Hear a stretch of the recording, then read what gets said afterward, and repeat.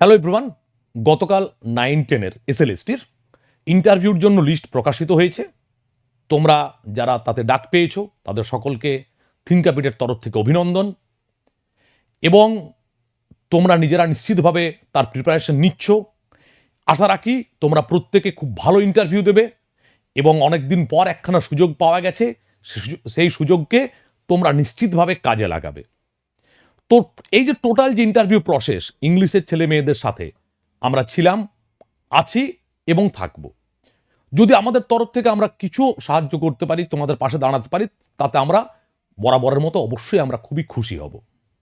এই যে পুরো যে ইন্টারভিউর বিষয়, আমি বরাবর বলে এসেছি, যারা 11-12 জন্য প্রস্তুতি নিচ্ছিলে তাদেরও বলেছি, শুনে খুব ভালো লেগেছে, তারা খুব ভালো ইন্টারভিউ দিয়ে এসেছে, যে ইন্টারভিউর ব্যাপারটাকে খুব একটা জটিলভাবে নেবে না, বিষয়টা খুব সহজ বিষয়।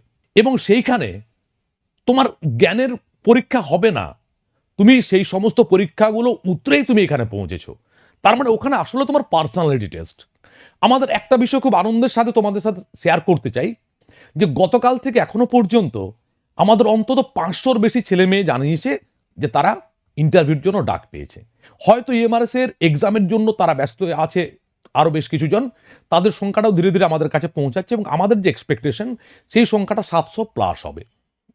তো এরপর আমি যে কথাগুলো বলবো সকলেই শোনো। যারা আমাদের ইন্টারভিউর কোর্সে আছো তারাও শুনবে, যারা এই কোর্সে নেই তারাও শুনবে। এই যে পুরো যে ইন্টারভিউর বিষয়টি, তাতে কিছুগুলো জায়গা ভালো করে বোঝো। প্রথমত যে পুরো ইন্টারভিউর প্রসেস, মানে ওই যে তুমি রুমের ভেতরে ঢুকছো এবং রুম থেকে বেরোচ্ছ, তার কিছু বিষয় আছে, কিভাবে ঢুকবে, কিভাবে বসবে, কিভাবে বোর্ড ইউজ করবে, এই সমস্ত বিষয় আছে। আমরা আমাদের তরফ থেকে চেষ্টা করে গেছি বরাবর, এবং এই সময়টুকু যে সময়টা আমরা পাবো সেই সময় আমরা চেষ্টা করব এই পুরো প্রসেসটি নিয়ে আলোচনা করার, যাতে তোমাদের কাছে পুরো ধারণাটা পরিষ্কার থাকে যে আমি ভেতরে আসা থেকে বেরোনো পর্যন্ত পার্সোনালিটি টেস্ট, যাতে আমি একটা পজিটিভ একটা ধারণা তাদের কাছে দিয়ে আসতে পারি, তৈরি করতে পারি, আমি নিজেকে সেভাবেই সেখানে প্রেজেন্ট করতে পারি। তাহলে এই পুরো বিষয়টা নিয়ে আমরা আলোচনা করব এরপরে যে সময়টা আছে তার মধ্যে। এর পাশাপাশি history of British English literature, এই জায়গাটি আরো একটা খুব ইম্পর্টেন্ট জায়গা, যেখান থেকে প্রশ্ন সকলের জন্য উঠে আসে। 11-12 যারা ইন্টারভিউতে অ্যাপিয়ার হয়েছো তাদের সকলের কাছে সেই রিলেটেড কোয়েশ্চেন এসেছে। তাহলে তুমি কোন জায়গাটা ধরবে এবং সেই জায়গাটা তোমার অ্যাপ্রোচ কি হবে? তুমি যে জায়গাটার সম্বন্ধে তোমাকে জিজ্ঞেস করা হবে তো, যে কোন জায়গাটা তোমার পছন্দের জায়গা, নর্মালি যেটা হয়েছে 11-12 যারা অ্যাপিয়ার হয়েছিল তারা জানো কোন রাইটার তোমার পছন্দের, তাহলে সেইগুলো তোমার অ্যাপ্রোচ কেমন হবে এবং সেখান থেকে কি কি ধরনের প্রশ্ন উঠে আসতে পারে আমরা সেই নিয়ে আলোচনা করব। কিন্তু শুধু history of British English literature নয়, তোমাদের অনেকেরই বক্তব্য হচ্ছে যে আমেরিকান, ইন্ডিয়ান, আফ্রিকান এগুলো নিয়ে আমাদের প্রবলেম হয়। আচ্ছা ঠিক আছে, চলো আমরা সেখানে যতটা পারি আমরা আমাদের জায়গা থেকে 100% দেওয়ার চেষ্টা করব, মানে ওয়ার্ল্ড লিটারেচার নিয়ে আমরা সেইগুলো নিয়েও আলোচনা করব। ওকে, এর পাশাপাশি গ্রামার, সেইখানে তুমি গ্রামারের কোন এরিয়াটা তুমি কিভাবে বোর্ডকে সেই এরিয়ার দিকে নিয়ে যাবে, টোটালটা একটা সাইকোলজির খেলা। তুমি যেভাবে বোর্ডকে নিয়ে যাওয়ার চেষ্টা করবে বোর্ড সেই দিকে যাবে। কারণ যখন ইন্টারভিউ নিতে তারা ওখানে বসে আছেন, তারা তোমাকে 11-12 কি হয়েছে, প্রথমে ডেমোর সুযোগ দিয়েছেন। ডেমোতে তুমি যে বিষয়গুলোকে তুলে এনেছো সেই বিষয় থেকে পরপর প্রশ্ন করে গেছেন। ফলে তুমি কিভাবে গ্রামারের তুমি তোমার স্ট্রং এরিয়ার দিকে তাদের নিয়ে যেতে পারো।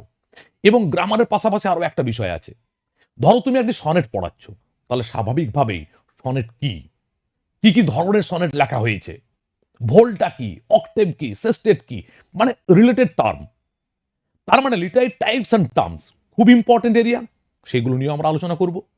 এর পাশাপাশি আরো যে জায়গাগুলো আছে খুব ইম্পর্টেন্ট, খুব ইম্পর্টেন্ট, এই যে ধরো 9-10 যেটা স্কুলের সিলেবাস, 9 এবং 10 তার বেশ কিছুগুলো টেক্সট আছে।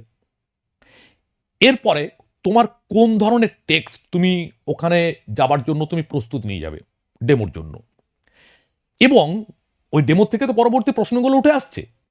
তাহলে নর্মালি লক্ষ্য করে দেখবে, যারা 11-12 অ্যাপিয়ার হয়েছে তারা খুব ভালো করে জানে ওই টেক্সটের ওয়ার্ড মিনিং, এই লাইনটা কি বললো, এই সমস্ত কিছু যাবেন না তারা।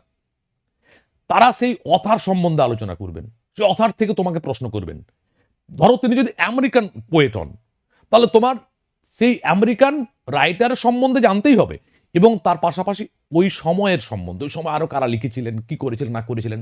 এখানে আমরা একটা কাজ করব, সেটা হচ্ছে 9 এবং 10-এর যতগুলো টেক্সট আছে, প্রত্যেকটা টেক্সট থেকে কি কি ধরনের প্রশ্ন তোমার কাছে উঠে আসতে পারে তার আমরা একটা ম্যাটেরিয়াল তোমাদের প্রোভাইড করব, পুরো সিলেবাসটার 9 এবং 10-এর। ওকে, আশা করি তোমাদের কাজে লাগবে। এরপর ডেমো টিচিং, এটা ছেলে মেয়েদের কাছ থেকে একটা আবদার ছিলই যে আমি নিজে যেন কিছুগুলো ক্লাস আমি যেন ডেমোর ব্যবস্থা করি। আচ্ছা ঠিক আছে, করব। তোমাদের যা আবদার আছে, যা দাবি আছে, রাখার চেষ্টা করব। ঠিক আছে, আশা করি খুশি। নেক্সট আরো একটা ব্যাপার, সেটা হচ্ছে pedagogy and situation based questions. সেটার জন্য ক্লাসের ব্যবস্থা করা হবে, সেগুলোও আলোচনা করা হবে। এই সমস্তগুলো তো করা হবেই, তার পাশাপাশি আমরা এখন ডেটগুলোর দিকে নজর রাখছি। সেই ডেটগুলোকে দেখে আমরা মক ইন্টারভিউ এবং ক্লাস ডেমনস্ট্রেশনের ব্যবস্থা করব। আশা করি সবটা শোনার পর কিছুটা হলে চাপ তোমাদের কমছে, আমরা আছি সাথে। এই মুহূর্তে যারা আমাদের থিঙ্কাবিটের ইন্টারভিউ কোর্সে আছো, তারা তো তাদের যে হোয়াটসঅ্যাপ গ্রুপ, সেখানে তারা একটা গুগল ফর্মের লিঙ্ক পেয়ে যাবে। তোমরা সেই ফর্মটি ফিল আপ করবে, সাবমিট করবে, তোমাদের নিয়ে আলাদা একটা হোয়াটসঅ্যাপ গ্রুপ বানিয়ে নেওয়া হবে। যারা আমাদের ইন্টারভিউ কোর্সে আছো, তাদের সাথে আমি ক্লাসে মক ইন্টারভিউ এবং ক্লাস ডেমনস্ট্রেশনের ব্যাপারে আলোচনা করব। ওকে, সেটা তোমার সাথে ওখানে গল্প হবে। তার বাইরে যারা আমাদের ইন্টারভিউর কোর্সে ছিল না, এরকম বেশ কিছুজন গতকাল থেকে আমাদের সাথে কন্ট্যাক্ট করছো, তাদের উদ্দেশ্যে বলছি, এখানে একটা ফোন নাম্বার দেওয়া আছে। এই ফোন নাম্বারে, এবং শুধুমাত্র এই ফোন নাম্বারটিতেই কন্ট্যাক্ট করো, কথা বলো, উনি তোমাদের সবটা বুঝিয়ে দেবেন।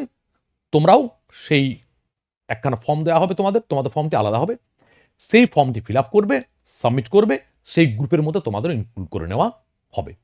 আর বাকি যা কিছু বোঝানোর উনি তোমাদের বুঝিয়ে দেবেন।